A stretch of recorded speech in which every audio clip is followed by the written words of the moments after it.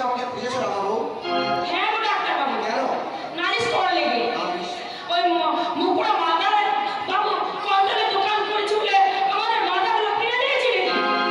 এসব কি করেছে আমার মশা? চালা ঠাকুর মেশাইছে, ওজনে কমতে দিচ্ছে। এসব কথা সত্য? হ্যাঁ গো ডাক্তার বাবু, আপনিও বাবু আর আমিও সমমৃত্যু নিয়ে ঘর করেন। আমার কথা যদি মিথ্যা কথা হন তাহলে ভগবান আমার বিচার করবেন, আমার মুক্তি অস্ত হবে। আচ্ছা, আমি যত তাড়াতাড়ি সম্ভব এই তদন্ত করে দেখবো। ডাক্তার বাবু কি? অসুবিধা করে বউ গো বাবু, অসুবিধা করে বউ। হ্যাঁ গো বাবু, বড় ভালো মেয়ে। এই আকাশের অনুদিত একদিন নাকি রাঙা দিদি বউ ঠাকুর কপাল, সবই কপাল। নইলে তোমার মতো মেয়েকে কি আর এই ঘরে পড়তে হয়? এই ডাক্তার বাবু নাগাল মানুষ হলে তবেই না মানাতে। নেকর ডাক্তার বাবু সবই কপালের নেকর। নইলে এই ঠাকুরনে যদি একটা ছেলে বলে হতো তাহলে থাকে। বলছো তুমি মিথ্যা কথা কইবে নাই গো ঠাকুর, আমি একটাও মিথ্যা কথা কই নাই। ঠিক তোমার নাগাল বয়েছে, আমার পচা, আমার কলেছে। হ্যাঁ এরা গ্রাম বাংলার নারী, হৃদয়ের মাতৃস্নেহের মধু। বলুন। আমার স্বামীকে কেমন দেখলে?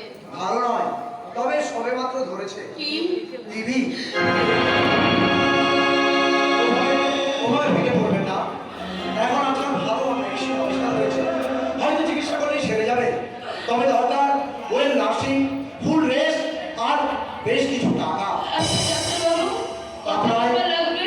প্রায় 10,000 টাকা। 10,000 টাকা। আচ্ছা চলি, আপনার ফিজের টাকাটা? পরে দেবেন। না ডাক্তার বাবু না, আমরা গরিব, তাই আমি তো পরে খরচ করে ফেলবো।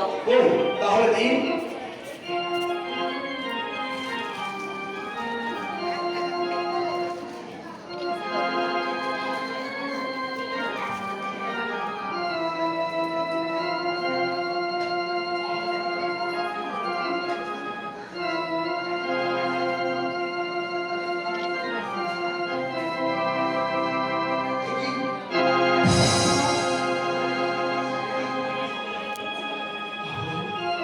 তাহলে তুমি কি সবরই?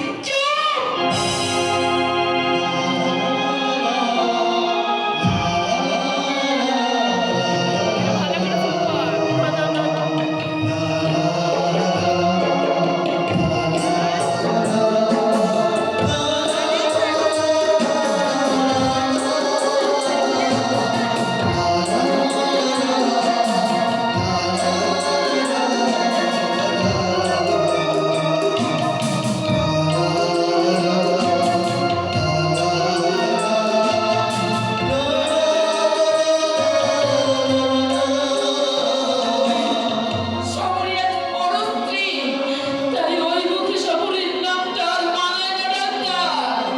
হ্যাঁ ডাক্তার হ্যাঁ। আমি ভুলে গেছিলাম অশোক বাবু আমার স্বামী। একথা আমার মনে ছিল না, কিন্তু বিশ্বাস করো সবরই যদি থাক ডাক্তার থাক, পুরনো কথা আর নাই বা মনে করালেন। তবে একটা কথা শুনে রাখ ডাক্তার, ডাক্তার তুমি এই বাড়িতে ডাক্তার হয়ে আসার চেষ্টা করবে।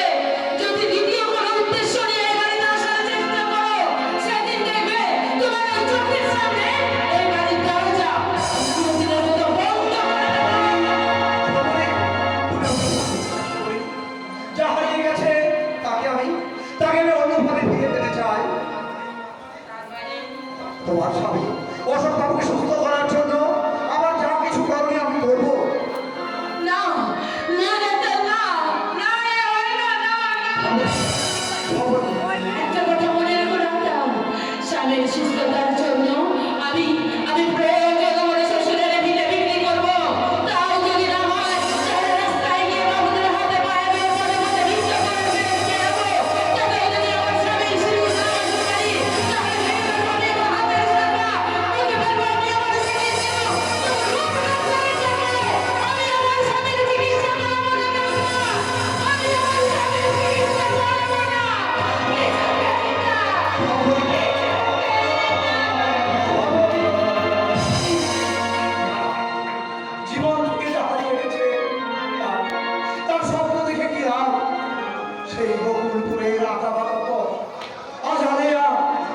সেই ফেলে আসা দিনের মধুময় স্মৃতি আজ আজ মরু মরিচিকা জীবনে জীবনে